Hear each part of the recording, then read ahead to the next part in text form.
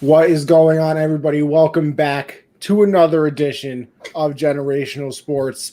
We had a beautiful Super Bowl last night that I'm sure all of us watched. I know how I'm doing. Josh, how are you, my friend? Well, luckily I didn't bet on either team. I did not know how this game was going to go. But, only thing I did bet on was Brady to have at least one rushing yard, and I think he finished with like -12. So bro, I tried to talk you out of it. I knew it was bait too. Bro, Brady and rushing goes together like me and eating healthy. It's not a mix. But like the odds on it were so nice. I was like, just in case, man, 4th and 1, but didn't hit. But other than that, it was a really fun Super Bowl Sunday because I wasn't rooting for either team, so it was just a fun game. Yeah, me neither. I didn't really have a dog in the fight. Oh yeah. But we'll get into that. We'll get into that for sure. But of course, first we got to thank the people that allow us to do the shows, baby. The sponsors, our friends. And now that the football's over, it's a little sad because it takes away one of these things. But if you're still into the betting world, make sure you go over to mybookie.ag, use code USN100 to double your first deposit up to $1,000. Listen, like I said, if you're not betting right now, you're doing something wrong. I'm telling you. Josh is putting out some props. We got Alex Corey putting out props. I'm telling you, the Parlay Prince is making a comeback during baseball season. I attempted to be the Parlay Prince during football season. It ain't work for me. It ain't work for your boy. I'm not going to lie to you.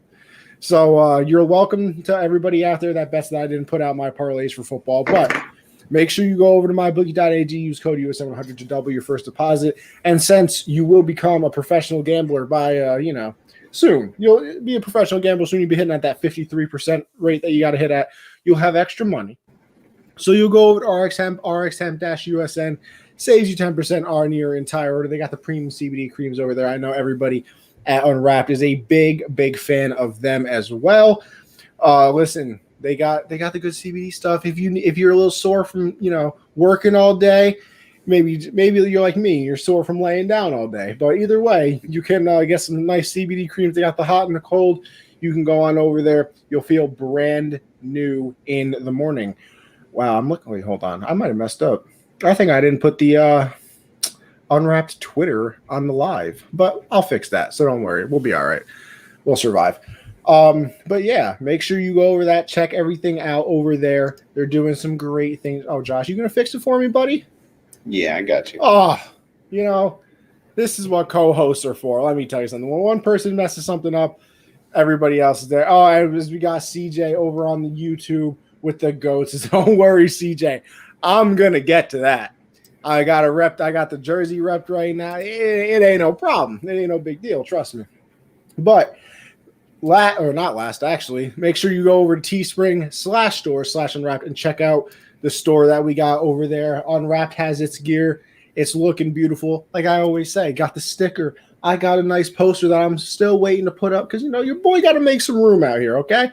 My walls are covered. I got Jeter to my left, the god of Tom Brady to my right. So, it's a little tough out here. Let me make some room. We got leggings, fanny packs for you LA weirdos like Perry that actually wear them.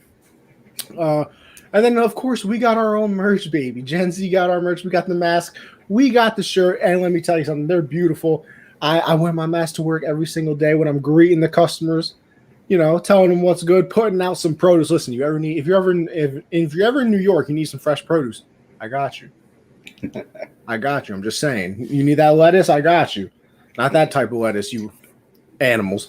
But the devil's lettuce. No. But make sure you go check out the store. And now, a new promo we got to add in. We're on Patreon.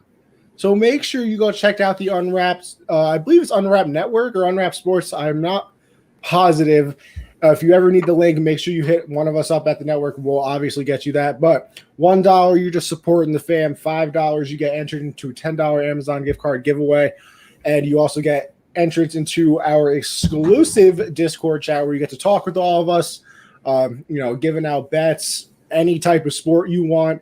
We got gaming in there too, music. I mean, we got everything over here at this network. So Make sure you go and check that out as well. And then $10 gets you the previous things, 20% off in the store. And I'm excited to announce we're doing a little jersey giveaway. I don't know if I can say who the jersey is. I'm not sure. So I'm going to check before I get fired on my first promo for the Patreon. But let me tell you something. I'm just saying. I would want the jersey. Josh, I don't know about you. It would look so good right there, man. It would look so good. And not only is it just, it's a signed jersey, bro.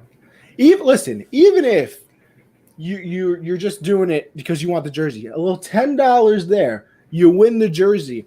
I would keep it. But even if you want to resell it, bam, instant profit. You can't lose. No. And we're doing one every month, so you might as well go check out the Patreon and support the fam. But with that being said, let's get into it. You know how we start over here. We started out with the Who Am I Listen, all because of Super Bowl Sunday. Don't mean we change things up, people. So Josh has the Who Am I. I guess I'm gonna guess because sometimes the boys are a little ill prepared. Sometimes I got class all day. Josh is busy being a dad to his puppy, so things happen sometimes. So but I'm gonna guess this time. I'm gonna try to get it right because I think I'm on a losing streak, bro. It's quite possible. Well, listen, I'm not even gonna get into Garrett's comments, bro, because this man is still denying Tom Brady being the GOAT. So he's obviously drinking too much, smoking too much, whatever. So I don't know what his problem is, but it's a struggle out there for maybe you're just bored in Iowa. That might be the thing too. There ain't much to do there, so you try to start conversation. I guess I understand, Garrett. But after the first hint, I'm gonna start the timer. A minute 30 on the clock. See what's good. Josh, whenever you're ready. The difficulty, I think because you're a Madden guy, it should be. I'm not sure. I know that when I was playing Ultimate Team, he was on there a couple times, but I don't know. God. I was drafted in the 3rd round of the 2002 draft. Josh, come on. We were 2 years old, bro. Hey, man, I watched. I don't know about you, but I watched. Okay. I'm a 2-time Pro Bowler and a 1-time All-Pro. Okay. So it was decent. 8 of my 9 seasons were with the Philadelphia Eagles. 8 of them. Fuck. Okay. I had 2 seasons of over 1,000 rushing yards. Bro, tell me it's my boy, Brian Westbrook. Yes, sir. Yes, sir. Bro, I used to love. I don't know what Madden it was. I couldn't remember either when I picked him. I couldn't remember which one. Back in the day, bro, I would play my brothers in Madden, and I used to use the Eagles because of Brian Donovan Westbrook. and Westbrook. Brian Westbrook was an absolute animal in that game. Like, it's never 04 Michael Vick status because that was just. Listen, if you ever picked the Falcons back in that 04 game, you were a cheater. Yeah, you had no friends, nobody liked you because you're cheating, bro. But, bro, Brian Westbrook was an animal. Yeah, he was a beast. So, good times. But let's get into the even better times of last night. Super Bowl 55. We'll start it off with the recap, and we'll just throw it out there like that. Make sure if you're watching right now, you hop on over to the comment section. Just your initial thoughts on the game, Josh. And then, of course, we'll go into the different storylines of the game. But just give me your overall thoughts, baby. Yeah, I think it went completely opposite of how everyone who actually watched football for most of the season expected. This was supposed to be that Jordan LeBron matchup, GOAT versus baby GOAT. And it just was not that at all. It was just a beatdown. But it was still an entertaining game, just because of how talented both teams are. It was fun to see. I wish it was higher scoring, But yeah, me too. Yeah, but it was still a really, really fun game to watch. Over doesn't hit there, but no, it did not. But it was interesting, It was, I don't know. It's just I don't want to say too much because I want to save it for the topics, but it was an interesting game to say the least. You know what? You make excellent points. Like you said, interesting game to say the least. Now, don't get me wrong. I picked the Bucks. Was when I did that? If I like saying that I'm right about things, but when I did that, was I expecting 31-9? I can't say I was. I'm not going to sit here and lie to the people. So definitely wasn't expecting a 31-9 game, but interesting to say the least. Definitely some storylines came out of that game. As Matt says, very proud of my father, Thomas Brady. So let's get into it. We gave you a little, synopsis, the little overview of it. But let's get into some of the storylines over here. Brady gets his 7th ring. 7 rings. Josh, I know I've never said it, but there are some haters out there, Garrett being one of them. Are they still gonna try to say my boy is washed? I mean, this is like what, 6 straight years of people saying Brady's Max washed? Kellerman's clip was 5 years old now. I mean, 5. It's just time to give up. He's gonna be 53 and still putting up Pro Bowl numbers. It's over with. You can't say he's washed anymore. I mean, he had an amazing Super Bowl game. Well, the first half, that was basically it. He was like, all right, I'm gonna just chill out, let Fournette do his thing. But it's just, I mean, the haters got to be done. I was one of them this year. I definitely called Brady washed quite a few times on the show this year.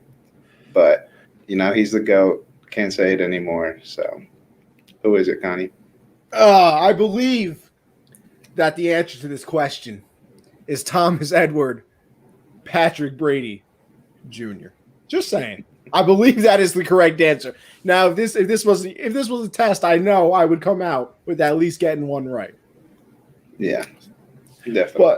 But yeah, ring number 7. Listen, if you're gonna say he's washed now, you can't do it at a worse time. Okay, if you did it at the end of last year or during the season last year, I guess I would have understood. I wouldn't agreed with you because I have eyes, and I know there's some people over here that really love stats and things like that. I got eyes, and I knew that last year wasn't Brady's fault.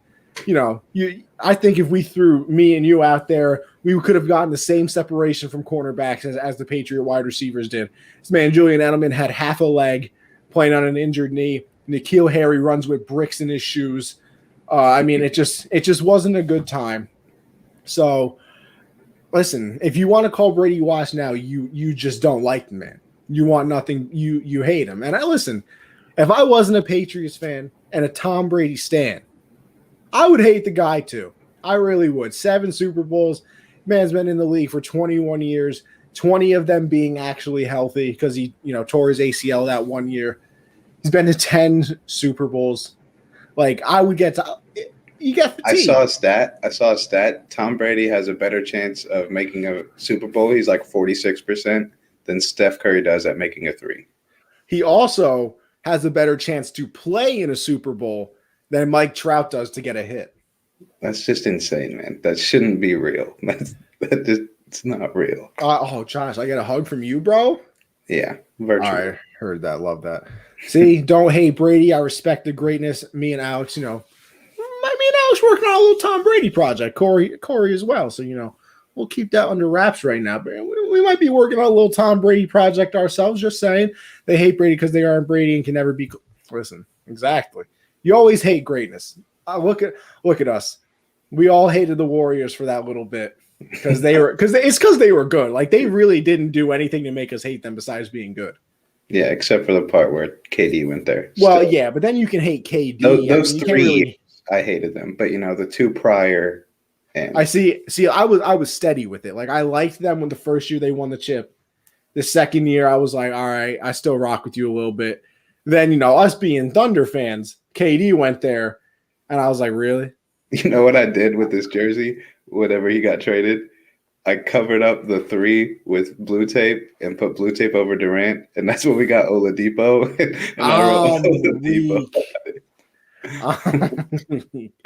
But yeah, listen, that's the reason that they hate Brady. So, you know, it's a tough life for all you Brady haters out there. It really is. I pray for you. Listen, if you're an AFC East fan, I'm sorry. If you're, you know, I'll just say, if you're a fan of the NFL and you just don't like him, I'm sorry, because it's unbelievable. Now, with that being said, this is ring number 7. Where does this rank, in your opinion, in the career accomplishments of Mr. Brady? Well, you know, obviously his best accomplishment was that comeback against the Falcons. That's got to be big fan of that one. Yeah, got to be number 1 there.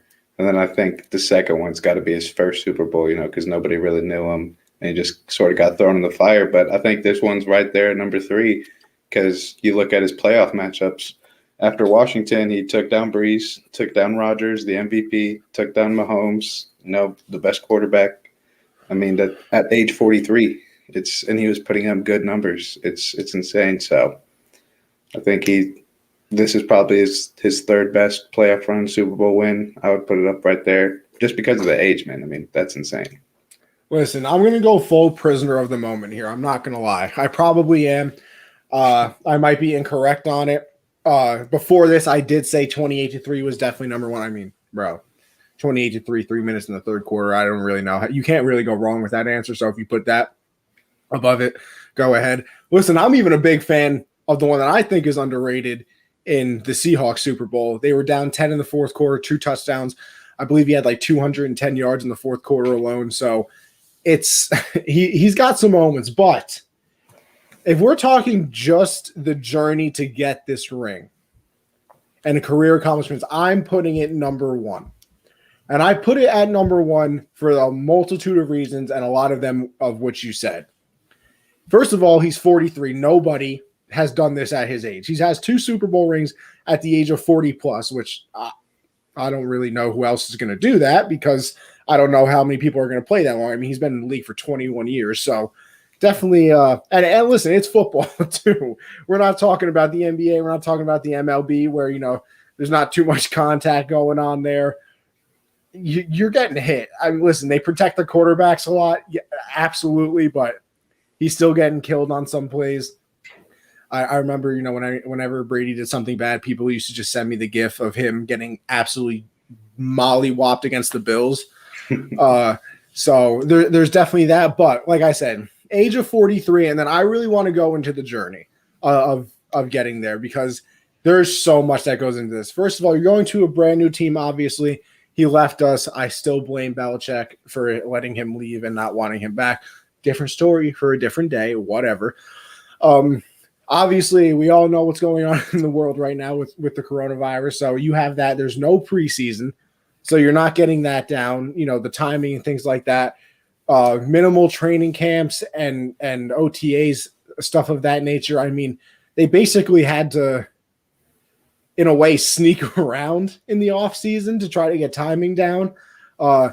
You bring Gronk out of retirement, so you don't technically know, because, I mean, the last time we saw him in the league, he definitely wasn't the Gronk of old. I'll tell you that. As being a Patriots fan, he was not the Gronk of old. And then you get into the playoffs where, listen, we weren't too concerned about the Redskins or the Washington football team game, I should say, because of the quarterback situation. But I believe they were like the second-ranked defense. And I mean, their front seven is out of this world. You know, you can take shots at them however you want, but their front seven is definitely something to reckon with. So they beat them. Then you go into Drew Brees, who is, you know, neck and neck with Brady and all the stats. They traded back and forth with passing touchdown record this entire year. Brady's obviously going to win that now. Brees has more passing yards than him. I think Brady's probably going to overtake that. Then they beat them. So you go on to Aaron Rodgers, the person that for all these years, not me, some people tried to say was better than Tom Brady. You know, he's the GOAT, blah, blah, blah, this, that. Brady had, I think Lambeau might have been the only stadium Brady hadn't won in. You know, it's cold. Everybody's talking, oh, Tampa Bay, you know, Brady's been there, but these other guys haven't, blah, blah, blah. Ends up beating Aaron Rodgers. Now you're in the Super Bowl for the 10th time with a brand new team, new coaching staff at the age of 43. Already, like we said on last week's show, this wasn't hurting anybody's legacy by any chance. But now you're in the Super Bowl against Patrick Mahomes, probably the best offense that we've seen well, not probably, the best offense we've seen in the NFL the past 3 years or whenever Mahomes took over. And you're going up against a person that everybody's saying is going to take your spot.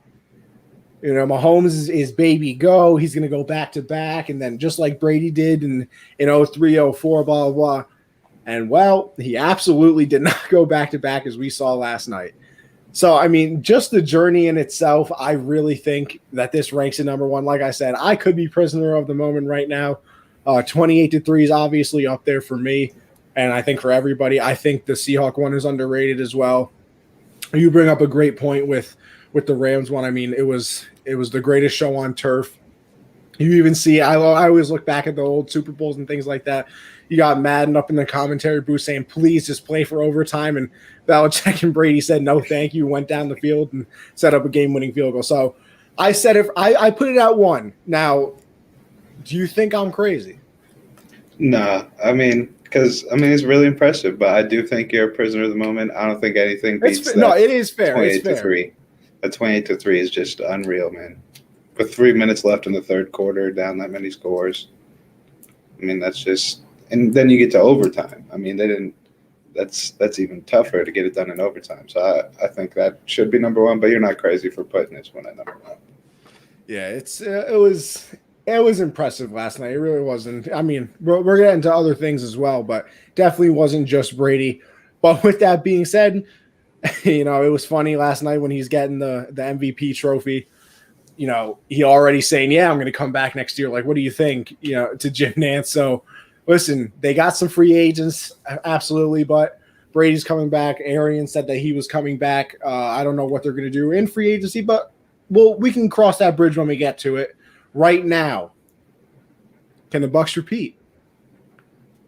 Yeah, I mean, I don't see why not. They're going to bring back Todd Bowles. I think he's going to be a head coach within the next 2 to 3 years. I think his stint with the Jets should not be looked at for his coaching resume. That team was awful, but he's a defensive genius, and it was on display against the Chiefs last night. But they still have him for next year. They're bringing back a majority of players. You know, we'll see what happens with AB and Fournette and a couple of those other free agents. But they're still going to have, you know, Tom Brady, O.J. Howard, Mike Evans, a majority of that defense, those 2 young safeties they have back there who played great. So I think there's a good chance they can. You know, there's no super huge threats in the NFC that are like just a crazy hard matchup for them. You know, most of them are just led by really good quarterbacks. So I think there's a pretty good chance that they could go back. Yeah, there's always a chance, I think, when you have Brady and you have a good offense and you have the defense that they do. You know, the Bucs, it's kind of weird. The Bucs are kind of lucky in a certain way that they made it to the Super Bowl, not like literally, but because all the head coaching vacancies are taken. Now, so it's kind of weird. You know, you always see teams that go to the Super Bowl or the NBA Finals and things like that. They lose a lot of pieces of their coaching staff, and all of the head coaching jobs got filled already. So you're not losing Todd Bowles. You're not losing oh gosh, I'm going to mess up his name, Leftwich or something like the offensive coordinator. Leftwich. Yeah, Byron Leftwich, the offensive coordinator. You're not losing them. You're not losing, you know, even the lower level coaches with you know, offensive line coaches and wide receiver coaches. You're not losing anybody because there's nobody out there to be filled. So, you know, the Bucs in a way kind of come out on top in that way too, because like I said, they're not losing anybody. You're just kind of continuing on with what you've already done. So it'll be interesting to see what happens in free agency. Like you said, I mean, I don't think Fournette comes back. I think AB's gone. I think it's going to be real tough to keep Godwin. So I think he's gone as well. I think Corey said last night that Levante David might be a free agent. I'm not 100% on that, but if he is, I think that's a big one. I think Sue's a free agent as well. So they definitely have, you know, some situations that they got to take care of, but listen, I've seen it in New England literally all my life. As long as you got TB12 back there and you surround him with the tiniest ounce of talent, you're definitely going to have a chance to do something special. So we'll see what the next season holds. You know, before we move on though, bro, it's crazy that the season's already over. I know, dude. It feels like it flew by. There's no way it should be over. like for all the stuff we talked about, with being like, oh, are they gonna be able to play the season because of Corona and all this, that, bro, they said, screw it, we're gonna play. Ravens, you're playing with your practice squad. Browns get to play with no wide receivers. So listen, shout out the NFL. I mean, listen, shout out as best you can, because I think it's still, the NFL is still kind of scummy because, listen, let's be real, they didn't control Corona. They just kind of said screw it and played without people and did things. So, but hey, you got the season done. Pat on the back, I guess you can say. Now, I think we already kind of talked about the off-season moves we expect them to make. So we'll move it on over to the other side of the football, which is where we're going to talk about a lot of things here, because there were definitely some storylines with the Chiefs as well. Mahomes definitely gave it his all. I'll say that. I saw a stat today that before getting sacked or throwing the ball, he ran 497 yards. 400. I mean, and he's got to get surgery on his foot. Yeah, surgery on some turf toe, and this man ran 497 yards. I think he got pressured the most any quarterback ever has in a Super Bowl. So, I mean, listen, he was running for his life. Now, I also want to pat myself on the shoulder here, though, because this is why I say Russell Wilson is a god, because you see what Mahomes went through last night. This is what Russell Wilson does every single game. And people want to start telling me that he's not that good. Whatever. Different story for a different day. We can get into a different story. But how much of this do you put on Mahomes? Because, like I said, there were definitely a lot of factors going into this one. I don't really put any of it on Mahomes. I think he was the only good thing about the Chiefs last night. Obviously, those interceptions, those are, taking a shot, trying to make something happen, tipped passes. So I don't think those interceptions are really bad decisions with the situations they were in. I think he had an amazing game. I know people who are stat watchers and will just see the interception and completion percentage and be like, he played terrible. Don't worry, Mark. We're going to get to that one. We're going to get to that. Don't worry. But I think, he just watching what he did. I mean, he broke Vita Vea's ankles like at least 6 times. He broke Sue's ankles. I mean, some of the throws he was making, the one where he's like vertical, like parallel with the ground, and just puts it on the money and goes off a face mask. You see, here's the crazy thing. I want to take away from that throw. Like, I really do. Because Mahomes still – see, here's the thing, though. I sound like a hater because Mahomes doesn't really annoy me. I hate his brother and his wife. So they annoy me, which makes me not want Mahomes to succeed. But, like, that pass is crazy at the simple fact that it hit somebody in the helmet, but it also did go right through Devin White's hands. True. So, like, very true. It's up in the – but still, the fact that he could get away and make that throw is crazy, but continue on. Yeah, I mean, he should have had 2 touchdown passes. The first one to where Tyreek and Kelsey were both down in the end zone on the sideline. That hit Tyreek, went right through his hands, hit his face mask. And I know that would have been a tough catch, but it's Tyreek Hill. He makes crazy catches all the time. And then that second one, I know went through Devin White's hands, but he should have caught that. Yeah, Alex probably would have had 2 touchdowns that game. Bro, Alex and the Chiefs last night, it's the opposite would have happened. Like the Bucks might have scored 31, sure, whatever. Chiefs probably putting up 65. So, but I think just Mahomes. I thought he did everything right. He was giving his receivers time to get open. I don't think this was a bad. I just think it was an amazing showcase by that defense. I mean, they were everywhere. That pass rush was giving them no time. So I don't put any of this on Mahomes personally, but I can see why stat watchers would say Mahomes sucked.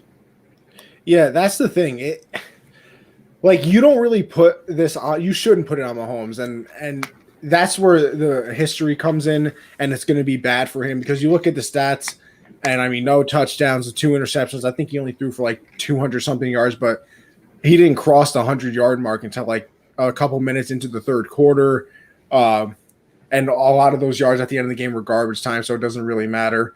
But history is not going to be nice to Mahomes on this, but I think in the moment, and we both kind of said this last week with Caleb on the show as well, that we didn't think it was going to affect anybody's legacy too much. Mahomes is still going to go on to have an absolutely wonderful career. Like, if you're really that worried about the Chiefs right now, you're out of your mind. Brady cemented his legacy long ago, so even if he lost this one, it was whatever. If he won it, I think this kind of just pushes him to, greatest American sports athlete of I all think time. this is really huge though. Like, let's say Mahomes goes If on Mahomes, to see, that's win. the thing. If Mahomes gets 7, everybody's gonna be like, "Yeah, but he still lost to Brady." Yeah, exactly. Like they could both have 7. Mahomes could lead every category, but then it's like they played each other. And Mahomes he lost caught the both L. times. So Yeah, and that's the thing. Like I said, I think history is going to be a little more, brutal to Mahomes than I think we will be, because I just don't think it's as big of a deal. But listen, it's not his fault, obviously. The offensive line, which is actually our next topic that we're going to get into. So I think I'm just going to transition into it right now. Anyway, that was the problem.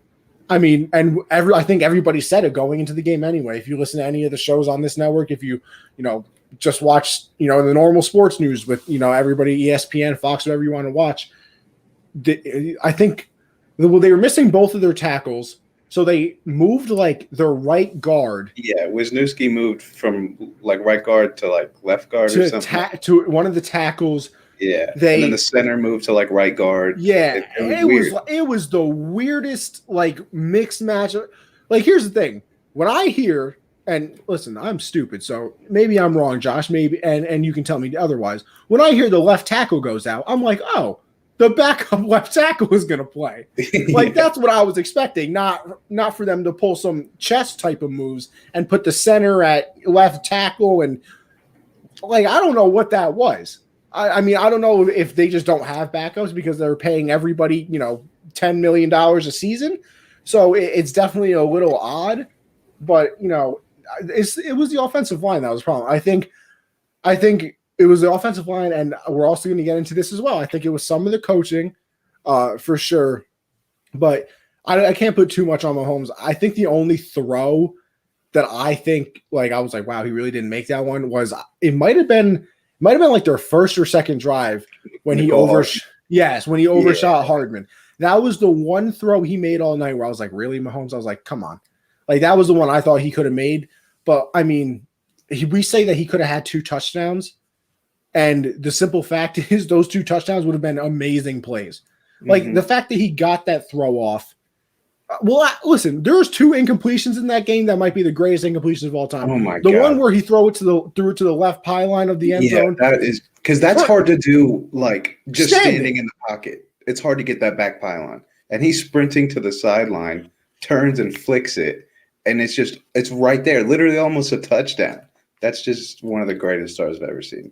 Chiefs call Christian a star, but he missed the game while playing college. Listen, bro, I almost said CJ. Me and Christian are absolute legends. I was streaming earlier today. You know what? I think I might have caught the dub before I was streaming. I really do. Now that I think about it, it doesn't matter. Me and Christian still caught the dub. We're professionals. What can I say? But so sorry, Chiefs fans. Not really. But yeah, like we said, that throw and then the one where he's parallel to the ground and somehow hits somebody right in the face mask. Like, that's the type of stuff he had to do last night to try to get touchdown passes. So you can say that he had a bad game, and that's, like I said, I think history is going to be a lot harsher to him than we will be, and a lot of people should be, because 20 years down the road when we're talking about this, to kids and things like that, it'll be, well, yeah, but he had 2 interceptions, no touchdowns, blah blah blah. Like, I feel like, bro, you could literally pull out the Black Panther meme and be like, this is your king. If we talk about this game in like 20 years, because we're gonna be like, yeah, Mahomes was so great, and then our little kids are gonna be like, oh, let me go check the stats, and then that's gonna be it. I'm gonna be like, all right, well, calm down. It wasn't that bad, but it's definitely they'll be harsh to him. But what do you think about the O line? I touched on it a little bit, but I blame that a lot more than obviously Mahomes. Yeah, that obviously had a huge impact. I didn't even know until the game started that Eric Fisher was out. I didn't see his injury in the Bills game. I knew Hold on, Josh. I have to say, this is why stats don't matter, and the eye test is more important. But you guys don't want to hear that. Continue. Yeah, I mean, having both your tackles, especially your left tackle out, your backside, you need that, especially against the best the best pass rush in the league. You need those tackles, and it's pretty common that when their tackles do go out, they'll move the guards around because you want your most talented blocker to protect his outsides for the outside rushers. But I mean, it was just tough for him to handle. You could see it every play. I mean, Shaq Barrett was just eating those tackles alive. JPP looked like he was 25 again. It was they were just destroying them. So that obviously had a huge impact on that because, I mean, Mahomes has made magical plays with his legs. His career so far, he's been bad today. The puppy's been bad, Josh. What the hell? I think he forces himself to pee, bro. Like, I'm not kidding. Like, I fed him this morning. That's a bold strat. That's what I'm saying. I think he just because I give him attention, but I think he literally wants me to just like be right by him every second of the day. Well, you're not doing anything else. Dude, I am, and he's sitting here pulling on my shorts, and then when he pees, he looks at me like he stares me down. He's like, yeah. He's like, you're about to clean this, and I'm gonna watch it. I'm like, I hate you, but he's still cute, so it's tough to be mad at him. But we've seen Mahomes, make plays with his legs all the time, every game he's played. But it was literally like he'd catch the snap and he'd already know, like, I got to go 15 yards back and cut left, spin move, roll out to the right. And then I got to hope that Kelsey is somewhere downfield. Yeah, that's woman. But I think that, if I don't want to – because if I'm a Chiefs fan, I have unlimited excuses for this loss, like unlimited. But I think this game is still very tough for the Chiefs to win if they have both their tackles with the way the Bucs defense was playing. I mean, everyone was on their A game.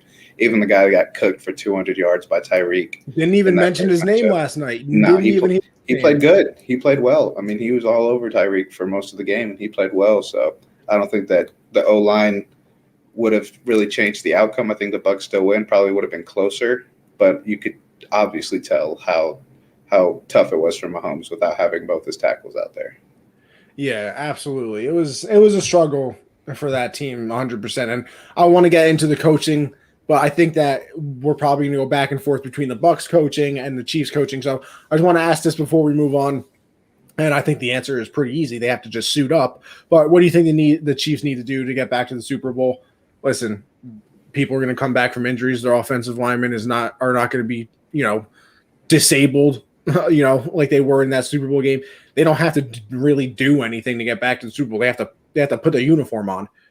Yeah, there's not too much. So they might lose Sammy Watkins. I don't know if he is under contract, but even if he's gone, he's barely played this year. That's what I was gonna say. How much is that a loss? Yeah, I mean, they'll sign somebody else that Mahomes just got to get him the ball, and that's what he does. They don't got to be super amazingly talented. So, like you said, just suit up, and they'll be in the playoffs and have a chance to win another ring. Bucs defense played like me, running to get Nan's chicken cutlets. Nothing stopping me. Bro, you're not wrong. Alex, you're not wrong, bro. My Nan's finally back from Albany, helping my cousin out. She just had a baby, all that. I FaceTimed her because, she FaceTimed me at work on accident and asked me a question about see, this is how old people in technology are really not the best. She kind of FaceTimed me to ask me about FaceTime. So, like, we're struggling out here, but it's all right because she's the only one that's allowed to annoy me. Only person. Everybody else, I'll fight them, but her, she can do whatever she wants. Don't matter. So she called me at work, so I couldn't answer, obviously. So I get home, I FaceTime her. I'm like, yeah, like, what's up, blah, blah, blah. Yeah, talking a little bit. She was like, yeah, if you need anything, just let me know. I said, listen, you've been in Albany for 2 weeks. I'm starving over here. I need chicken cutlets and some potatoes, whipped it up. And she was like, you know what? I got you. Just tell me when. Just tell me when, and I'll make sure that you can come to that. I can come. I'll have to go get them. She always offers the delivery service too, but I can't have Nan, out here doing too much for me. Right. Watkins should be going. Only thing he's reliable for is missing most of the season. I hate it because he's so talented too. Like, it sucks because he's really good. Nan, Papa Brady, one. Can I get chicken cutlets and meatballs? Yo, fun fact. I think I meatball myself out, bro, because I'm not that big of a fan anymore. Like, I used to love meatballs, but like now it's like, I'll pass. I've never really been a big fan of meatballs, man. You know what? I'll say this. Only with I'll say this. As an Italian, I'll get some flack for it. They're overrated, bro. They definitely are. I think they're slightly overrated. I'm not gonna lie to you. Like there's a lot of foods out there that I would rather eat than a meatball, bro. Like I don't know one person in my life that's like fiending for some meatballs. Me neither. But like, whatever. To each his own, I guess you could say. But all right, now this is where I want to get into, the coaching, and I don't know where you want to start off. You want to start off with the Chiefs or the Bucks, or we can go back and forth on it. It doesn't really matter to me. But I'll give you the floor, just the coaching of the Chiefs, the coaching of the Bucks, and I think we'll just conversation it out, back and forth type of thing, because I think we're both gonna definitely have some things to say about it. Yeah, I'll start with the Bucks because I don't think there's too much to say negative about what they did. Todd Bowles coached a great game for that defense. I think they had like 2 high safeties, like 90% of the game. They played cover 2, I think 90% of the game. Yeah, and I mean, and they only blitzed 5 times. And Todd Bowles' defense blitzing 5 times don't even add up. That's insane. And I mean, to play cover 2 against an offense like the Chiefs, that's risky. You're basically saying like, hey, we know your O-line sucks right now. We're just going to cover the short field because we know you don't have time to go deep. So that's a ballsy move, and it paid off. So that's really impressive on Todd Bowles' part to put that game plan together and just know the situation. And then Byron Leftwich had some great play calls too. With throwing it to Gronk and everything. I mean, that's crazy though. Gronk literally he ate his Wheaties that day. Fake training camp videos blocked for the entire season. Then Super Bowl comes, he's like, "Oh, Tom, this is what we do, bro. 2 touchdowns, bro. Just insane." But I'm really happy for Bruce Arians too. I thought he coached a good game because I know he's involved with the play calling. Glad to see him get a ring as a head coach. So nothing to say bad about the Bucks. Yeah, for sure. Like you said, Todd Bowles blitzed 5 times, which obviously, if you watch a Todd Bowles defense, that doesn't happen. They blitz, I think, the most in the NFL, like the entire year. And then this game, he said, well, we're playing cover 2. You're not getting anything over the top. You're not getting anything outside the numbers. They doubled Hill. They would they double team, Kelsey and Hill on some plays. Like they were leaving people one-on-one and saying like, listen, if somebody else want to beat me, if Watkins or McCole Hardman or somebody, Pringle, who I don't even know who the hell that is, wants to beat me, go ahead. You can have fun doing that, but we're not letting your 2 playmakers do it. So listen, like you said, absolutely wonderful game coached by him, and it is ballsy, like you said. And I think this is where we're gonna have to start putting a little bit more respect on some of the Bucs defenders' names. So obviously the conversation with the Bucs is Tom Brady, Mike Evans, Gronk, AB, Godwin, all that, Fournette, whatever. Bro, Shaq Barrett might be a top 3, top 5 pass rusher. Like getting his back. He's getting like his Shaq back. Barrett is a man. Like he is a grown man. Because didn't he lead the league in sacks last year? Yeah, he was right up there with Chandler Jones. So you had him. I mean, the story of JPP, if they want to make a 30 for 30, go ahead. I mean, I was listening today. I didn't even know that he broke his neck in a car accident one time. I didn't know that. That's crazy. Obviously, you all know what happened with him. He blew his fingers off with the fireworks. And he's playing out of his mind. You got Sue on there who, at one point sacked Mahomes as well, who we all know his story, so talented coming out of college, he played for all these teams, a little dirty, but still a great career. And then Vita Vea coming back. I mean, Devin White might be the best linebacker in football. He is lightning fast on that field too. Like I know everybody always talked about like Jalen Smith coming out of college and being able to cover sideline to sideline. Bro, Devin White's covering sideline. He almost had a forced fumble at the start of second half when Edwards-Helaire had like that 20-yard run. Yeah, he hit that ball out, but Edwards-Helaire just went out of bounds. I'm like, dude, the fact that he caught up with him and still did that, it's insane.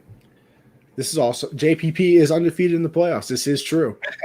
Man's never lost. So listen, if you want your team to do something in the playoffs, just make sure they sign JPP. So he's obviously the good luck charm. But all right, and then like we said, I think the offense did exactly what they should. It was finally nice. I know Corey will appreciate this, Mr. Statman himself, that they didn't just run the ball on first down all the time, because apparently the Bucs have been doing that a lot. They had their play action, they had their passes. I think the play calling and just the overall execution on their first touchdown drive was outstanding. Especially that touchdown to Gronk. The play action worked perfectly, had him wide open.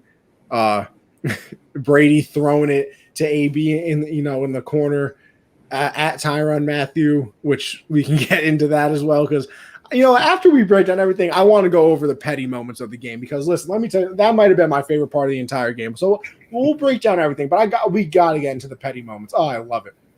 But now let's go over, I think enough with that. We'll go over to the Chiefs. Now this is where the trouble starts coming in. First of all, they're in the same defense the entire game. So you know what they're doing. Now, the Chiefs offense, innovative. They do a bunch of things. They're so fast. Did you see one jet sweep? The only motion I ever saw in that game was Travis Kelce moving from here to here. He didn't really go in motion. As we got this man, Luke, former guest of the show, Tom Super Bowl bonus, probably went straight to the refs after that game. You know what that sounds like to me, Josh? You know what that sounds like? What? An upset Packers fan.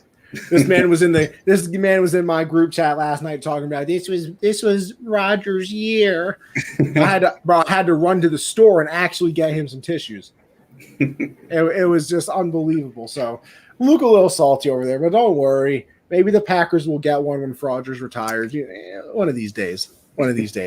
You'll be all right. But get over to the Chiefs side of the football. First of all, we'll start it early. Why are you calling timeouts at the end of the first half? See, here's the thing with that. It's not the worst idea. You're already down, what was it, 21-6? No. That's when it was 14-6. All right, even still, you have Mahomes back there, and you have them on their own territory with 40 seconds left. Yeah. 48.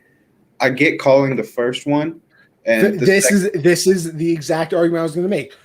The first timeout, because they were just going to go into halftime. The Bucs really were they were like, damn, we're up 8 points in the Super Bowl right now. Let's take this bitch to the locker room and move on. The first timeout, I have no problem with, and I know that. And the one that me and you both have a problem with, because I know exactly what you're saying, is that second one. They're gaining yards at that point. You're helping them by calling that timeout. You're giving them a chance to score, and it's just you expect more out of Andy Reid. You expect him to be way smarter in a situation like that. So calling your second timeout when they start moving the ball and they still have timeouts is just an awful move. So, I mean, I get what he was trying to do. You want to get your team the ball back. You think you guys have a chance to score before the half ends, but you can't burn that second timeout. At that point, you got to let them decide, are they going to go score? Or are they going to go into halftime? You don't give them a bonus chance by calling a timeout to give them time to think it through. That's the exact thing. The first timeout, I understand, because now it's 2nd and 10. If they run the ball again or they pass it and it's an incompletion, now you're at 3rd and 10, or let's say they gain 3 yards on a run play. So, 3rd and 7. Sure, use that next timeout because you're looking to get the stop and then you can get the ball back. They gained 7 yards. Yeah, they ran a screen pass to Godwin, get 7 yards. It's 3rd and 2, 3rd and 3 now. So now you call that timeout. So now you're giving them extra time to game plan, and for a fact that wasn't just a normal call. That was probably a call that they would have used. A must-have 4th down. They probably broke out a play like that or a goal line play that they really like to get those 2 yards, and you use that timeout. It doesn't make any sense. At that point, like you said, let them figure it out. Because you get that game, don't call the timeout. Now they got to hurry up to the line. And are they calling the timeout, or are they just going to do another play? Because now it's 3rd and 2. If they do another play, it's probably going to be a pass. And if it's incomplete, the clock stops. You have as much time as you want for the that 4th down and punt and everything like that. That one just doesn't make any sense to me. Yeah, I mean, like I said, I know what he was trying to do, but that's at that point you let them decide. They have the ball. You don't have the ball. There's barely any time left, and the chances of you scoring after stopping them 2 more plays and getting a good return on the punt with just 1 timeout left, it's not worth the risk, and it was just dumb. And another thing that Andy Reid did, or I mean, obviously, him and Bieniemy are in on the play calling together. Your quarterback has an injured foot. It was like their third or fourth drive, 2nd and 10. You're in scoring distance, and they ran a speed option. Like, what are you thinking? I get it. Mahomes can make plays with his legs. If it was open, he could have made a play. But you don't force him to make a play with his legs when he's already injured. You just don't do that. You shouldn't want him to move. You should want him to stand in the pocket or hand the ball off. You don't put him at risk like that. Like that play call, I was like, what are you thinking? That just made no sense. Now, my second biggest thing, and I can't remember the exact stat, so I'm going to get it wrong, but if somebody wants to look it up or whatever, get back to us. I think that they used an extra blocker, the Chiefs, 5 times the entire game. Your offensive line is getting murdered. They couldn't stop me and you from getting through the offensive line. Nonetheless, Shaq Barrett, who led the league in sacks last year, JPP, who's a great pass rusher, Vita Vea, who's a goddamn that's a big man. And like it's 2nd and 16. Why are you running play action? They know you're not running it.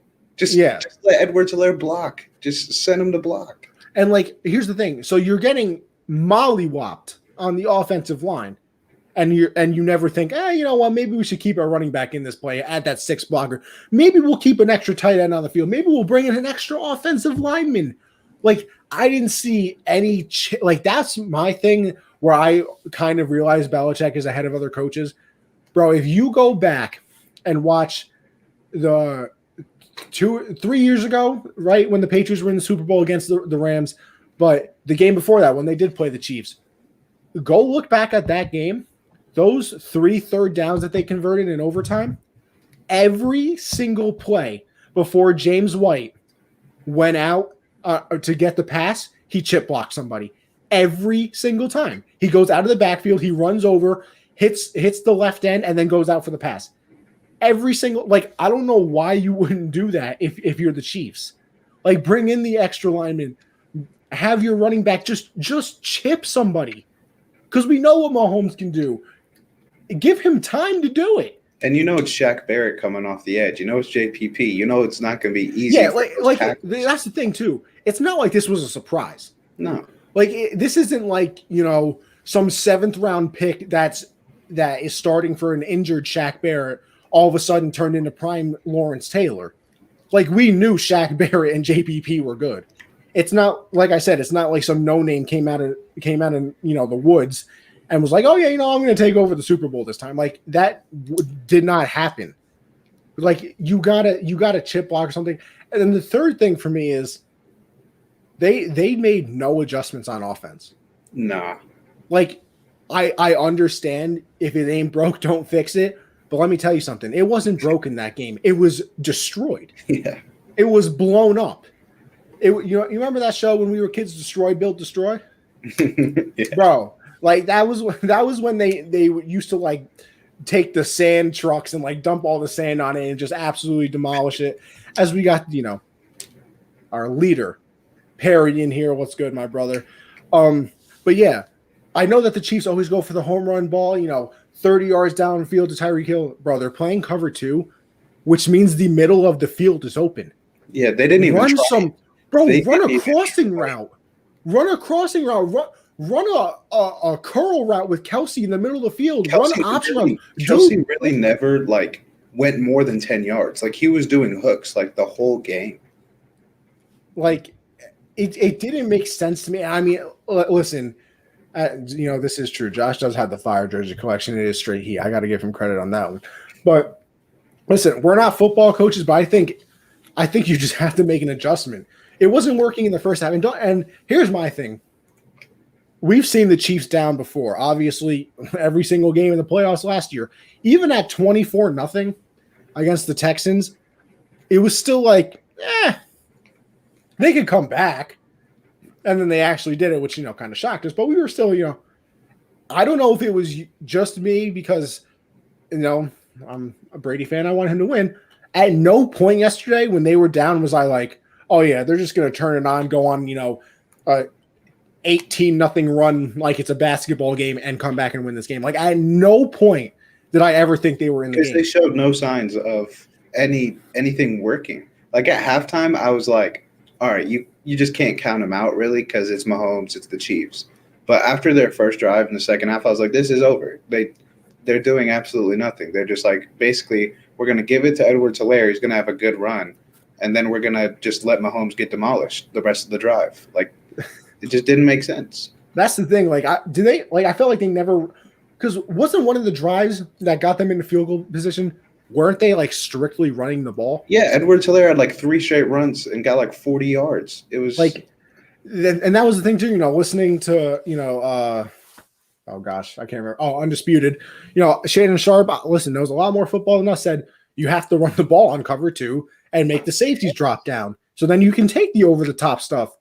They never did it. So you never had a chance to go overtime. You never had the chance to get Tyreek Hill one-on-one with Carlton Davis, who he absolutely bodied in week, what was that, like 11 or something like that? So it was a weird game plan. One thing to defend, Andy Reid, though, he probably had a lot on his mind. No, that's the thing too. Like, I know his son had the accident. There's a lot of stuff going on with that. Like, if he was under the influence, and there's like a 5-year-old girl who prayers out to her who's in critical condition or something like that as well. So, I mean, he tried to say after the game that it didn't really have an effect on him as a football coach. As a person, it obviously does. Listen, that's a lie. There's no way that your head is fully there. Because even in those moments when you're trying to focus on something, you'll always have that quick little shimmer of like, oh shit, that really did happen. Yeah. And I mean, that's his kid, man. He's he's freaking out and worried about that. So no way he's fully into this game. But yeah, it definitely a strange game plan. Wasn't too, it just wasn't impressive. It just wasn't the Chiefs. I mean, obviously the offensive line had a lot to do with it, but not adjusting is crazy to me. I think, and listen, I think I'm just spoiled because, like Alex said over here, Belichick is the king of adjustments. I see it every game. Like the Patriots are running the ball great in one game, and then the next game they're like, yeah, we ran for 300 yards, but I think Brady's going to pass it 64 times today. And I'm sitting there like, that doesn't really make sense to me, Bill. And then they win 38-0, and I shut up. But it was definitely weird. This is possible. The streaker might have ran for more yards than Hill and Godwin combined. I think so. I saw the same joke on Twitter. Like, streaker got to the end zone before the Chiefs did. It's like, well, yeah, they didn't score, so obviously he did. Bro, that's crazy too. Like, Chiefs didn't score. That was the first time Mahomes had lost by double digits. It's college, man. It was the first time that they had. Bro, you know that Mahomes is averaging 30 points a game since becoming a starter? That's insane. That doesn't even make sense. And they held him to 9. The fact that he put up 9, that shows how good that defense was yesterday. That shows how good the defense was, and it shows how awful that offensive line was. Yeah. Like, they really were just terrible. You good, homie? Dog got the sneezes right now. Yeah. Son got the sniffles. All right. But I think that's the Super Bowl. I think we did that pretty well. But like I said, I have to break down the petty moments, bro. Because they're my favorite. Now, I know my favorite. Did you have one that you liked more? I had one just because, like it didn't really make sense to me just due to the flag. It's when Tom ran over to Matthew. Like, Tom went at him. Like, and Tyron just, was walking. And then they throw the flag on Matthew. I'm like, dude, what is happening? Like, the Chiefs are dumb. Like, what are they doing? But Matthew, I mean, he's a passionate player, He plays with a lot of heart. There's no way he was enjoying that game. But just, I think I know what your favorite moment would be. When Brady said he's coming at him all night, and then next drive goes to AB with him all over him, gets cooked. It's cool. That is up there, but it's actually not my favorite. Bro, the absolute greatest thing that I have ever seen in that game was that the peace sign that Winfield threw up right in Tyreek's face after they didn't get the 4th down or an interception or something, whatever it was. I think it was a 4th down at the end of the game. Oh my, that was I think that might have been my favorite moment of the entire game. Though, like, Tony Romo was like, "Oh, you can't do that. That's you shouldn't do that." Oh my God. Did you see what Tyreek Hill did to him? Bro, Tyreek Hill didn't A backflip. Tyreek Hill did the peace sign and then a backflip. Like, Bro, if Winfield went over there, did the peace sign, and then punched Tyreek in the face, I would have been like, you know what? I kind of respect you. yeah. Like, bro, but that was absolutely fantastic. But that one where Brady was like, where he said he was coming at Matthew all night, and then literally the next drive, AB, he throws a touchdown to AB with Matthew as the primary defender. And then that's when they got into the argument as well. Because, Matthew came over to him, said something, and then he started walking away. But then Brady was like, oh, you just said something to me? So Brady went and ran after, bro. Listen, that's the thing. I know a lot of people don't like Brady, but seeing it as a Patriots fan forever, bro, the passion he plays with is my favorite thing ever. Like, you say one thing to him, and I saw the meme yesterday of Michael Jordan, I take that and I took it personally. Like, those are my absolute favorite things. As Josh is breaking out the puppy once again, if only we had Caleb on the show, our female viewership would go up again, like I said. So, we got to get some, we got to get the muscles out here. We got to get the female viewership. Winfield's going to be a force in the league. You're right, Alex. He was actually like my midway, halfway through the season pick for defensive rookie of the year. Obviously he got banged up a little bit, so I don't know if he played in all of it in the entire season, but it was what a moment. What great moments last night, I'm telling you. The peace sign, the going back and forth. Now listen, let me tell you something. Unless Brady said something crazy, see, I'm a little upset that he apologized. I'm a little mad. No, you see, because did you see the tweet? Yeah, but see, that's the thing too.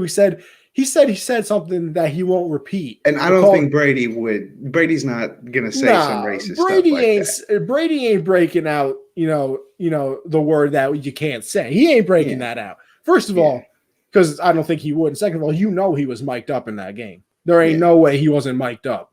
No. So I don't think he's an idiot either. No. And I mean, and that's the thing too. I don't think it was anything racist because Matthew deleted the tweet after Brady sent the apology. Right, and I feel like if you say some crazy racist thing, you're not going to be like, thanks for the apology, Tom. And I feel like Matthew would have aired it out if he actually said something like that, because I feel like he would have been frustrated after the game and would have told him everything. Josh is so mad you haven't talked about Chin yet. Where he got robbed. He got absolutely robbed. And then you said, I respect Brady apologizing. He felt he crossed the line. It takes integrity to own it. No, it does. But listen, as a Brady fan, he can say whatever. Listen, word to Conor McGregor, I would like to apologize to absolutely nobody. Oh, my God. That's the best. No, that's my favorite. If that's not your favorite McGregor tweet or line, you're bugging. That's the greatest thing I've ever heard in my entire life. He delivered it so perfect. Literally, he was like, you know what? I would like to apologize. And then it's funny because you hear Rogan say, oh, here's your second belt. And he hears that and he goes, to absolutely nobody. He literally just flips the switch. That was literally the greatest thing I've ever seen in my entire life. It was so funny. But all right, that's the Super Bowl. We'll go into the offseason real quick. We'll play a little where should they sign type of game. I think we do this, Josh. I think we do this like we did with the quarterbacks. Where do we think they'll sign and where do we want them to sign? So I'll start it off here. We'll go with Allen Robinson. Josh, what you got? Yeah, I don't even know about a think because I really don't know where he's going to go. He's been tweeting the weirdest stuff, like real ones no, or like the emoji. I would like to see him on a team like Green Bay or the Colts, because I don't know exactly what's going on with the quarterback situation in Indy, but I feel like they're going to wind up with a pretty solid guy at the quarterback, and T.Y. Hilton's washed. So I think Allen Robinson would fit well over there, and I'd love to see, Robinson and Devontae Adams with Rodgers. I think they'd still get to the NFC Championship and lose, but I would still love to see that. I would love to see that team together. That'd be fun. Where do I think he goes? Like you said, I literally have no idea. I think it's still real early in the offseason. Obviously, it just started. So, you don't even really have the reports to speculate on yet, so you can't really be too sure. Where do I want him to go? Listen, I'm wearing the jersey right now. I need this man to come to New England because we haven't seen what a wide receiver looked like since Randy Moss walked out of the building. So, Allen Robinson, get a nice little quarterback, and Bill, you can make up for Brady, killing the narrative of needing you to win. So we'll see. We'll see. We'll go to another wide receiver, a Super Bowl champion now, Chris Godwin. I don't think he stays in Tampa. I definitely think he leaves. I don't think they can afford him. I think he's going after his bag this year. So I see him on a team with a lot of cap, like even the Jets or Jags, just to get the bag. He's a Super Bowl champ. He's put up great numbers. He's basically accomplished a lot of what I'd like to see him in Green Bay too. I mean, I'd really like to see another receiver in Green Bay. That's what I want, because Aaron Rodgers, I just think he needs a number 2 receiver. Adams can't catch everything, so I'd want to see him in Green Bay. Yeah, he's definitely. I don't think he's going to stay either. I think he's going to get a little bit of money right now. Obviously, he won the Super Bowl. That's usually what people want, and then they chase the bag. Or if you already have the bag, you chase the Super Bowl. So he's kind of in a good spot right now where he has the Super Bowl and he can chase the bag. So a team with a lot of. I mean, you got to look at like the Colts. And this is not me because I'm gonna be a little biased here. I want him on the Patriots as well, but where he could go, I saw some report that it's that some people already think he's gonna go to the Patriots, and I saw something about that. I can't remember the actual thing. I could try to find it, but hey, listen. If that's the only report I've seen about Godwin so far. So listen, he's coming to the Patriots. I want him to go to the Patriots. So you know what? It's fine. It's the best of both worlds. It ain't no problem. All right, now another wide receiver, Kenny Golladay. I would love to see him in Baltimore. I think Kenny Golladay is really talented. I think he's got amazing hands, and he's a great route runner. And for how inaccurate Lamar is, I think he's kind of a really perfect receiver for him. Can go up and get balls and do all that. But I think he's going to end up in Cincinnati, personally. I think A.J. Green is gone. They have Tyler Boyd and T. Higgins. I think you throw Kenny Golladay in there. I think the Bengals just go all in with Joe Burrow and get him as many weapons as they can, because they saw this season how talented he is. So I think he ends up in Cincy, personally. And they have the cap for him. Bro, I kind of want this man to go, and I know we're going to have to investigate it. I kind of want him to go to the Rams, though. I was thinking that, but their cap, I don't know. No, yeah, I don't know how they got that Chiefs cheat code. So exactly, bro. They're paying somebody under the table in the NFL offices or something like that. But just to see him and Stafford out of Detroit, and then if they went on to win a Super Bowl, that'd be great. It would be absolutely fantastic. So I think I would want him to go there. Where do I think he goes? Like I said, it's so hard to do. Because I feel like all these guys want their bag, And that and like I said before, there's no reports yet because the offseason literally started at after the Super Bowl ended. So it's definitely a little difficult to see where we think they're going to go, and then where we can say where we want them to go, but where we actually think they're going to go, a little tough. But listen, you brought up Cincinnati, you brought up the Ravens. I think either one of them works for him.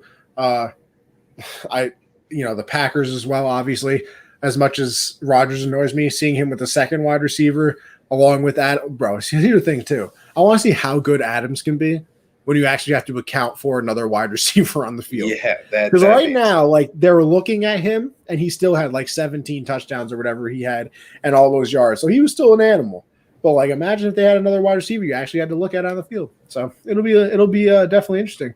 Oh, okay, Josh, you're on your quarterback, huh? Schefter tweeted that. I was supposed to. It ain't official yet, man. We're in talks. Michael, late to the party, boy. Dude. Sorry, Josh is always looking good. Connie, a little ... I know. I don't. Well, I know why you said ... I understand because I don't look good. I look great. I think you look great, Connie. You know what? I appreciate that. The hair's doing me a little dirty today. It's kind of, I keep getting this little part thing right here. And it's kind of pissing me off. But listen, I need a haircut too, because when I start getting these little curls on the side, that's when I know my hair's too long. But bro, listen, let me tell you something. It snowed 2 feet last week, and I see today at 3 a.m. it's supposed to snow another 3 to 4 inches today. My guy, how am I supposed to get to the barbershop if I can't get out my driveway? True. So you know what? It's a struggle out here, and let me tell you something. Nobody, not just anybody, can touch his hair. Okay, you have to understand that this is like gold. I might have to take out a life insurance policy on this hair, like J Lo did with her with the booty. You know, J Lo got insurance on that booty. She better. She do, bro. I might have to take out insurance on this hair too, because I ain't playing. We'll move over to Shaq Barrett though. Who we got Shaq Barrett playing for? Because I think Shaq Barrett's gonna stay, bro. I think they'll franchise him if they can't sign him to a deal.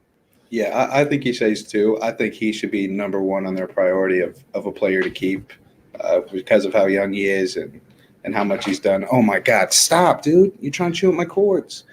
Stop. Guys, yeah. He's not talking. Listen, when we listen to the podcast, guys, he's not talking to me. He's talking to the dog. Oh no, okay? Stop, dude! Oh snap! He about to turn the computer off. He's about to pull everything down. Bug, go! I'll kill you. Go. Yo, I think animal control about to be at the crib now. All that. Nah, he knows that just means get away from shit. Yo, this is true though. Mike Evans, I saw yesterday. Bruce Arians said that Mike Evans already told them that he would restructure his contract if that meant keeping the team together. All right, you talk about Shaq Barrett. I gotta get this dog away. All right, I'll tell you all about Shaq Barrett. Listen, if you're the Bucks, like Josh said before, I think that has to be your number one priority. Is attempting to keep Shaq Barrett. If that means a long-term deal, get it done. If that means franchise tagging him and then working on it through next season, get that done as well. Nobody likes playing on the franchise tag, but listen, sometimes you got to do things you don't want in life. Obviously, like we said before, Shaq Barrett has become an absolute animal. He led. I do think he led the league in sacks last year. He had another great season this year. Yo, my hair really just keep doing this, bro. It's kind of annoying, but so he had a great season. Obviously, he came up big in the playoffs as that entire defense did as well. So I think he stays with the Bucks. And you know what? I want him to stay with the Bucks as well because I think he just fits really well into their system. So I think I want a team. Listen, I also want him to come to the Patriots because we don't have a pass rush. But I'm just saying. I think if he doesn't stay in Tampa, I think he goes and gets his bag with Jacksonville or New York or the Patriots. I think the Patriots do have a good shot at getting him just because of the cap space and who doesn't want to play for Belichick. Connie with the hair, Josh's puppy's wild, and this is a wild episode. Listen, I think we're keeping it pretty calm though. My hair can only be seen for the people watching the show. Like the podcast ain't even gonna know I keep adjusting my hair every 10 seconds. So it's a struggle out here. Okay, you got to keep up the appearance. You don't look this good just naturally. Things go into this process. The shampoo, you're damn right. I blow dry this too. You're absolutely right. Josh, you ever blow dry your hair, bro? Nah, man. See, bro, my hair. I don't got that luscious. See, bro, this is the thing that people get at me for. Like I say that and they laugh at me. But some people don't understand. This is that Nicki Minaj thickness hair, bro. I took a shower, like 20 minutes before we came on, so I make sure I look good. I would look like a mop right now if I didn't blow dry the hair. So I'm just doing it for the people. Connie only goes to what? Conditioner? Yo, I don't use conditioner, bro. You don't use conditioner, man? Nah, shampoo only. I don't really know what conditioner does. Bro, it makes it feel so good, so soft. Connie did not say his hair is Nicki Minaj thick, bro. I'm just trying to tell the truth, bro. I'm just trying to tell. See, when I once had curly hair, Connie's right. You got to keep the hair in check, bro. I'm telling you. I be going to bro when I get my hair cut. This man, us guys know out there, ladies too. When your barber spraying the water in your hair, to comb it out before they cut it, bro. My barber be doing that, and he's like, "Damn, where'd the water go?" I remember him saying that to me. So he said, "Bro, where did the water go?" Like my hair is thick, bro. So it's a struggle out here. It really is a struggle out here. I'm just saying. I'm being honest with the people out there. All right, last one. Oh, wait, no, you didn't even answer Shaq Barrett. I forgot. Yeah, I did. I said if he doesn't stay with New England, stay with all right, you're right. Tampa, yeah. Now we got Aaron Jones. Where I really want him to go is Seattle. I give them a running game, an elite running back, and give Russell Wilson a break every once in a while. But I think if he doesn't end up back in Green Bay, Miami. I think he goes there, becomes the number one running back, they can give him a bag. So I think that's a place where he'll end up if he doesn't go back to Green Bay. I would love him in Seattle, bro. Like you said, give Russell Wilson a breather every once in a while. Let him actually turn around and just hand the ball off and not have to run for his life and get killed. But yeah, even Skur over here agreeing with you. He thinks that, Miami or the Jets. The Jets could certainly use him. I'll say that. So if the Jets want to go all out in the offseason, pull up to Aaron Jones' house, make sure he signs with the team. As Josh breaks the puppy out part Dude, he's 2, bro. biting my fingers this whole time, so he's going crazy. Bro, Like, look, I'm just man, that's all he wants to do all day. He thinks you got baby carrot hands, bro. For real. And his teeth are sharp. Yo, you ever see like Fat Boy SSE where he goes, yo, the clip is sharp, bro. I love it, bro. Mad funny. All right, but we'll move it on there once again. And what team do you expect? We'll give one team each. Do you expect to make the most off-season moves? Cincinnati, man. For one, they need to, and for two, they need to. Joe Burrow is already in his prime. I mean, he's older than Lamar. He's already really good.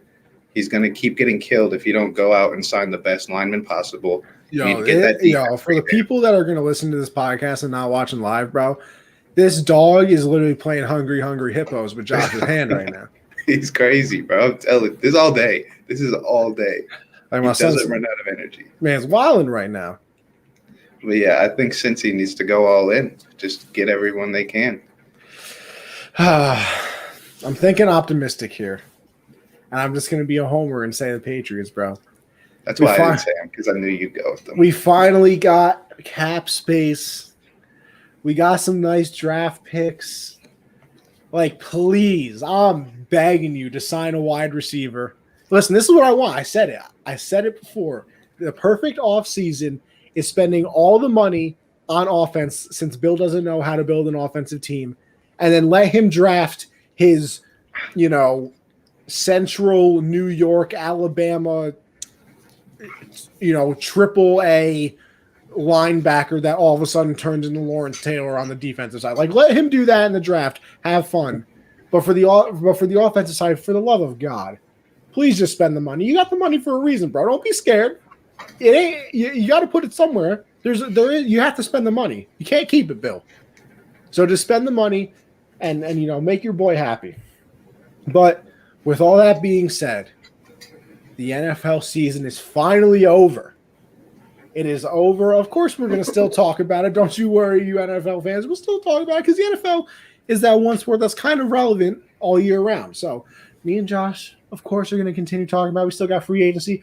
We still got the draft to worry about as well. But with that being said, it's the NBA's time to shine. So let's get into it. Let's get into the NBA real quick. Do the Knicks have a chance to make the playoffs? I think they have a very, very good chance to be a playoff team for a couple reasons. I hope CJ watching right now, bro. For a couple reasons. Julius Randle is an all-star. He's putting up better numbers than Anthony Davis is this season. I know last year when he was on New York, he'd never really been that star because he'd never been in that role yet. But now he's looking like the player that the Lakers thought they drafted. And it's for New York, unfortunately for them, but he's playing at an elite level. RJ is still not efficient at all, but he's putting up decent numbers. Austin Rivers playing great. I think they're going to be the 8th seed just because Orlando's playing really bad. Toronto does not look like the team that we've seen in the past. And Miami is just burnt out from last year. So I think the Knicks sneak in as the 8th seed. I don't think the Hornets stay at where they are right now. Hornets are the 7th seed right now. I don't see them being able to keep that up the whole season. I could see the Knicks being the 7th seed or the 8th seed, but I feel like they will make the playoffs this year because they're playing at a really good level. Yeah, I think they'll make the playoffs as well. It's such a different story, East to West. Obviously, the Eastern Conference just isn't as strong. We've seen it in the past couple of years. You can get into the playoffs with the losing record, a 500 record. So they're definitely able to sneak in as the 8th seed, like you said. They just traded for Derrick Rose as well, so this man's coming back. I saw the meme today. I can't remember what it was from, but I guess every place that Derrick Rose has ever played, Thibodeau has been a coach at one point, or like coached him there. So I saw the meme that was like, everywhere I go, I see you. Oh, it's Spider-Man. That's what it was. So yeah, Thibodeau's there. He has them playing pretty well, has the defense playing really good as Josh is choking on his water right now. Prayers out to my down boy. the wrong pipe, bro. But they got Derrick Rose now, another piece. So I would assume he's going to start there. And No, I see him coming off the bench. I think they'll stick with it. I mean, I don't want him to come off the bench. I'd rather have Elfrid Payton come off the bench, but I think they'll probably stick with Elfrid Payton. So you got D Rose coming off the bench now. Obviously not prime D Rose, but hey, he's kind of resurrected the career a little bit. He's averaging like 14 right now. Like you said, Julius Randle's doing his thing. Austin Rivers hasn't been as high as he was, at the beginning of the season, but people come back down to earth. They're going to be fine. But like I said, the Eastern Conference just it's not strong enough to, if you can play, like I said, 500 basketball, 5 games below 500, you're still definitely able to make the playoffs. And they're still doing like the play-in tournament thing, aren't they? Yeah. So even if they're like the 9th seed, they're going to have a shot. This is the real question everybody wants to know, though. For the right price. Will Josh ever do a hair reveal? For the right price. Right price. Hey, Alex, we need you. I hope you're still in the chat. Everyone's so curious. I got to take advantage. Hoodie J. We got Hoodie J and Henny J. So, it'll be interesting. It'll be interesting. Next up in the NBA world. Now, he said he doesn't want one. But should Bradley Beal want that trade even though he said he doesn't? Yes, absolutely. Bradley, get out of Washington, man. It's not doing you any good. That cannot be fun playing there. I mean, I get he's putting up great numbers. He got his bag, but just speaking of bags, Alex in the chat, how much for the hair, Josh? I need that stimmy-sized bag, Stimmy-sized bag. I had to kind of survive over here, bro. That's like 1,400 right there. I'm just trying to get the stimmy from Alex before you, bro. That's the goal. Well, listen, he already rejected my offer, bro. Alex, wild fake. It's crazy, bro. Alex always talking about that bag he got. He can't even give the boys a stimmy, bro. Like, come on, son. I think Bradley, because I mean he'll go out, drop 45, and they'll lose by 30. There's nothing he can do about that. And they are kind of a young team a little bit. But even when Russ has a really good game and Bradley has a really good game, they're losing by double digits. So it's not. Yeah, but that wasn't for me, man. That was all to Boog. I didn't get none of that. $200 to the puppy, bro. He ate it all, bro. Yo, Alex, my cats need some food too. But yeah, I think Bradley needs to get out of there, man. I mean, anywhere at this point is better than Washington. They don't have the worst record in the league, but that's strictly because Bradley Beal. And I'd also love to see Westbrook just be the best player on the team again, average triple-double. That was mad fun. That was so fun to watch. Yeah, I'd love to see that again. Bro, my cats don't eat real people food, Alex. They ain't eat no chicken cutlet, bro. They ain't dogs. Dogs eat anything. My dog eats its own poop, dude. It's a tough life over here. Now listen, so you don't even got to clean anything up. No, I don't let him eat it. I don't let him eat it. No, yeah, but Beal got to get out of there.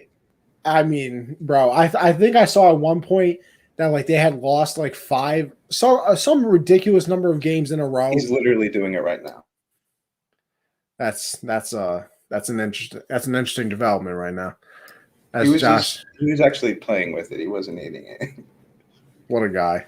What a legend. He's crazy, man. But I think I can't remember the exact number, but they had lost like a certain amount of games in a row where he dropped 40 points. Like, how is that even possible? How do you not surround him with any type of talent? Like, yeah, they have Westbrook now, but not looking, too hot at the moment. So, listen, play-by-play poop eating only as Gen Z. Bro, I'm telling you, Gen Z does things different around here. We ain't the normal show around here. We got all types of content, man. Exactly. We got, listen, we got everything around. Gen Z's into it all. Yeah. We're big chilling over here. But yeah, Bradley, I'm begging you to get out of there. It's hard to watch, bro. It really is. Kyle Lowry, trade rumors. You think the Raptors move on, Josh? I really hope not, man. I mean, they already did DeMar dirty. You know, that was my favorite NBA relationship was Kyle Lowry and DeMar DeRozan. Like, just always clowning each other in the interviews. And then they just, I mean, I get it. You don't pass up an opportunity to get Kawhi Leonard. You just don't pass that up. But I mean, Kyle, I don't see why you would trade him. I know that Fred VanVleet had an amazing game just like a week or two ago, career game, and Kyle's getting older and Fred got paid. But what are you going to gain out of trading Kyle Lowry? You're a win now team. You're not really built to rebuild. You have Siakam. You still have a lot of good players on that team. So I don't see the point of trading him unless there's just an unreal package to offer. But I think they should keep him. I saw the rumors, they're getting reported that they've been shopping him, which I just don't get. I know they're struggling this year, but it's not his fault that Siakam's only basketball moves is spin. That's not Kyle Lowry's fault. That's not on Kyle Lowry. I think I'll differ here a little bit. I think they should move on. Why not? Like you said, they're not built for a rebuild, but if they can get a solid trade package for him. Pick up this poop before he eats. Oh God, this man Josh out here. See, and this is why I say cats are better, bro. Like, I ain't worried about my cats eating no poop. No. They got to go to the bathroom. They chill downstairs, go to the litter box, come right back upstairs. Bam, beautiful. No problem. Cuddle with you at night the same way a dog does. But Josh out here picking up poop during the show so his dog don't eat it, bro. Like that ain't me, bro. Like, this is I'm only 20. I don't need a child right now. Like, this is Josh, you're muted. I can't even hear it. My pup was throwing the poop in the air and just picking it up, throwing it. Like, why? What are you doing? See, this is like I said, bro. I'll take a cat all day. My cat's I'm still a dog guy, Like, when he gets older, he'll be better. He's still learning and all that. I ordered a shot collar. He's got to learn. This man going through hardcore military training. No, because I'm not gonna have my dog pooping in the house when he's like 6. I'm not having that. I'm not picking up poop the rest of his life. Oh no. He already has asserted his dominance over your. Oh no, he hasn't. Probably he don't even know yet. He pooping in your pillowcase next. Actually, he kind of does run the house. I mean, he's already taken 2 pairs of my shoes and my slides. So, bro, make sure you check your pillowcase next time you go to sleep. There better be a little turd in there. Bro, I'm telling you, people think like you get a pup and it's just like easy go, bro. It's literally it's all shits and giggles. Yeah, it's raising a child. It literally is a full-time job. See, bro, but it's worth it. This is where Matt is right. Dominating Josh and the dog, bro. Because you got it all wrong, bro. No. Because actually, I'm thankful that you brought that up, Matt. Because I would just like to say, Josh, what happened in the playoff pick'ems, bro? Hey man, we got NBA picks coming up, so I'm just saying, bro. All right, bro. So you're up on me 2-0 in predictions. 2-0 and fantasy champion. Fantasy does not count for this show. Oh, it counts. No, it doesn't. I think it does. Does not count. Nope. I absolutely disagree wholeheartedly. It does not count. It doesn't count. All right, then actually it's 3-1 then. Because I got you and who am I? For sure I have you and who all right, you can take that. All right, so 3-1. All right, fine. I'm gonna win the NBA one too. There's no way you win the NBA. I can't wait to do MLB pick'em. We're not. That's just not happening. Josh is gonna be like, I will literally pick the same every team single team that you. I was just about to say. All right, well, let's get into the pick'em then. Well, we're doing 3 games. I see here. We got the Cavs and the Suns to start it off. I'm going Suns, baby. Yeah, I'm also going Suns. I can see it being a really close game, though. Cleveland's played pretty well this year, but I think Phoenix gets the dub. Next up, we got the Bucks and Nuggets. You know what? I gotta Jokic is an animal, but I gotta ride with Giannis, bro. Yeah, Denver's defense just is non-existent, and Jamal Murray is back to a normal 16 points a game guy rather than the 30 points a game he was in the bubble. Let me tell you something though. That bubble, Jamal, different. No, that Nuggets Jazz series is an all-time great. What Donovan Mitchell and Jamal Murray did. Was different. It was, I mean, 3-1 lead blown 2. I mean, it's just legendary. Out of pocket is what it is. Yeah, but I'm not going with Denver here. I think, well, actually, I have a bet on this game. Giannis and Jokic combined for over 54.5 points. Jokic just dropped 50 the other day. Yeah, they both averaged 27. Do you know how weird that sounds? I know. It's a center dropping 50. Big men are back, bro. Big men are it's back. True. It really is true. Yeah. Nah, Skur is also right on this one. Out of pocket is what Murray's girl on the Insta story. Leave that man alone, bro. It's been too long. Let it go. Yo, listen, all I'll say is shout out Jamal, bro. It's because did you ever see the clip of David CJ on live? And they said that CJ said someone told him his beard looked like Jamal's pubes. Yeah, that's the best. He was just speechless, bro. Like speechless. Yeah, and then I'm rolling with the Bucks. Yeah, Bucks all the way, and then we'll wrap it up. Lakers and our Thunder. Listen, I love our boys, but Lake show. Yeah, man. It's tough to call, though, because literally AD and LeBron are listed day to day on injury reports every game this year. They've not been taken off of it. Sometimes they play, sometimes they don't. And you just never know. But even if one of them doesn't play, I think the Lakers win. Schroeder revenge game. I hate it, man. I miss Dennis. Dennis the Menace. Dennis and Shy. That was a combo, bro. And CP3, best guards, bro. What a time last year was. We were supposed to be so dog water. Yeah, bro. And we took the Rockets 7 games and came we one shot. Won that game. I know, bro. Oh, that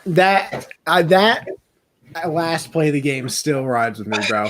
Like, what even was that? Blocked it, bro. That's it was a terrible call, though. It was so bad. Because I mean, just the pass in general. Steven Adams had a wide open cut to the bucket, and they didn't throw it at all.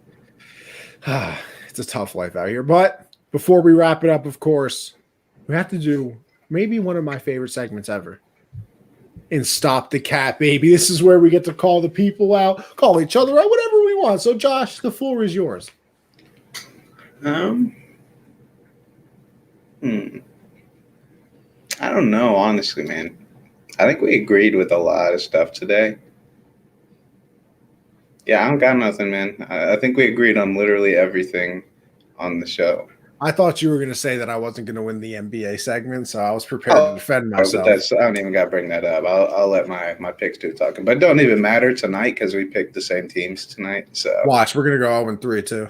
Probably. I'll be tight. Listen, it's not even towards Josh. I'm letting Josh live because like I said, we agreed on a lot of things today. And I shouldn't do it because they gave me, their unwrapped personality of the week on the People's XFL show. I won the award. Hey. But, Garrett, you're going to sit here and tell me that Brady's still not the GOAT, bro? Like, what are we doing? What are we doing, bro? I don't know what else the man has to do. But that's just stop. We got to stop the cat, bro. It's gone too far. Yeah. It has gone too far. But that'll do it for this episode. Of course, we got to thank the sponsors one more time, though. So, if you're into the betting world, make sure you go over to mybookie.ag. Use code USN100 to double your first deposit up to $1,000. Go bet on some NBA, hockey, baseball will be back fairly soon. I'm pretty sure you can probably bet on NASCAR, which will be back in like a week or something. So, if you can bet on whatever the hell you want. Make sure you go follow the boys, get some player props. With your winnings, of course, go over to RxHemp-USN to save you 10% on your entire order with the CBD creams over there. Make you feel brand new when you wake up in the morning. Then, of course, with the extra money, you go over to Teespring/stores/unwrapped. And you check out the store, buy some unwrapped gear. And so you go support your favorite show, people. I'm telling you, Gen Z got the merch. Backstop, Banter got the merch. The Hard Count has the merch. I mean, what show don't have merch? I can't even think of one. Ladies First, Business Casual, Basketball, everything out there has If Josh is going to bet on on Australian dog races tonight per Christian. If they had them, I would. I definitely would. I know you would. I know you would. You and your Chinese basketball, bro. Hey, bro, it's elite. Jimmer Fredette dropped 70 like 2 weeks ago. Different breed. Nick Young just signed over there too. Jimmer in China is like LeBron in America. Bro, literally, like that. Jimmer be wilding on the overseas. Man on NBA teams be averaging 30 over there. Like it's insane. Built different. And then last and certainly not least, we're on Patreon. Like I said, $1 just supports the squad. $5 you get entered into a $10 Amazon gift card giveaway. 10% off the Unwrapped store, so you can get some great merch like I just mentioned. You also get added into the Discord chat that we have created for all of our fans. Come talk to us about anything you want, 24/7, where somebody's always awake. We got people from all over the place. So make sure you check that out. And then $10, we got a signed jersey giveaway. Bro, Alex, if you know, am I allowed to say the person? Type it in the chat if I'm allowed to say who it is. But other than that upgrades it to a 20% discount in the store. You still get the Discord. You still get the Amazon giveaway. And like I said, we got the signed jersey giveaway. Like I said, I am allowed to say it. Keenan Allen signed jersey, bro. Come on, that? Bro. Listen, I'm in the network. I still might pull up to the Patreon because I want a goddamn Keenan Allen jersey. I don't know why you wouldn't. So make sure you go check out the Patreon as well. If you got any questions about it, hit the boys up in the DM. We always got the answer for you. Ain't no problem. Ain't no big deal. Just like as Shannon Sharp would say, ain't no problem. Ain't no problem. So make sure you hit us up. But that will do it for this edition of Generational Sports. I literally just lost my train of thought. But make sure you check us out. Josh, what do you have for the people before we dip? And we'll save the announcement for the end. Yeah, follow me on Twitter at Jolin_4. Starting tomorrow, we're going to post my college basketball picks along with what I've been doing, NBA player props. So make sure you tune in for those. I'm not a professional bettor, so I don't advise taking all of them, but I do hit a few a night. So make sure you follow me on there and kind of go ahead and tell them what's special about next time they see us. Oh, let me tell you guys something. Next time you see us, it won't just be us.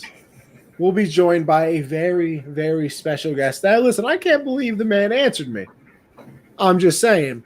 But we are excited as ever that Trey Wingo, yes, the Trey Wingo, Mr. ESPN, did NFL Live for all those years, did the NFL Draft. Trey Wingo has his own podcast now, which I listen to all the time. I actually have Forgotten History. It's very entertaining, kind of tells you the behind-the-scenes stories with, a lot of the players. I remember one episode they talked about he had Victor Cruz on, talked about the boat picture. He had Teddy. I was just listening to the Teddy Bruschi interview, talking about how he played for Pete Carroll and Belichick and like the difference in coaching styles. So we're super excited. Trey Wingo is going to be on the show next week. Like I said, kind of unbelievable, still kind of surreal.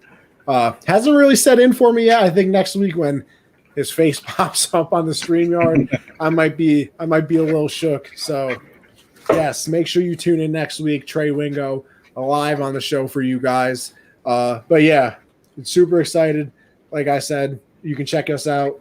Generational Sports Monday, 7 Eastern. Me on Twitter, Anthony Conover _ or at Gen Z Sports for the show. Thursdays I do Backstop Banter with Michael Lawson. We just had former MLB player Ivan DeJesus Jr. on with Dalton Cornett. Always a fun time over there. We're trying to get as many baseball players we can get on before the season starts. Some names being thrown out there. Looking to get Brandon Phillips on. He did respond to the story, so that'll be interesting. And then of course, as Alex is hinting here, I got a little announcement coming tomorrow. We'll save it for tomorrow, but make sure you tune in. I don't even know what it is.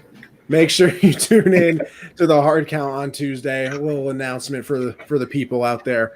But yeah, that's the show, guys. That is the show. Josh, it was a pleasure as always. Brady, I'm so proud of you. Another Super Bowl number 7, baby. Listen, Brady, if you ever hear this, check your Twitter. I hit you up if you want to come on the show. Hey, no problem. No problem. We can record anytime Be you honest, want. Connie. How many times have you tweeted at Brady? Be honest. Over under 150. Bro, I've been in the man's DMs. Don't get me wrong. Like I It's congratulate. a scroll you got to go through. No, it's a scroll. Absolutely. Like, I mean, how could it not be? The man's an absolute legend. So that'll do it for this edition of Generational Sports. Appreciate everybody for watching for sure. Make sure you tune in next week. Trey Wingo on the show. Still can't believe it. So make sure you tune in for that episode. But until next week, see you guys.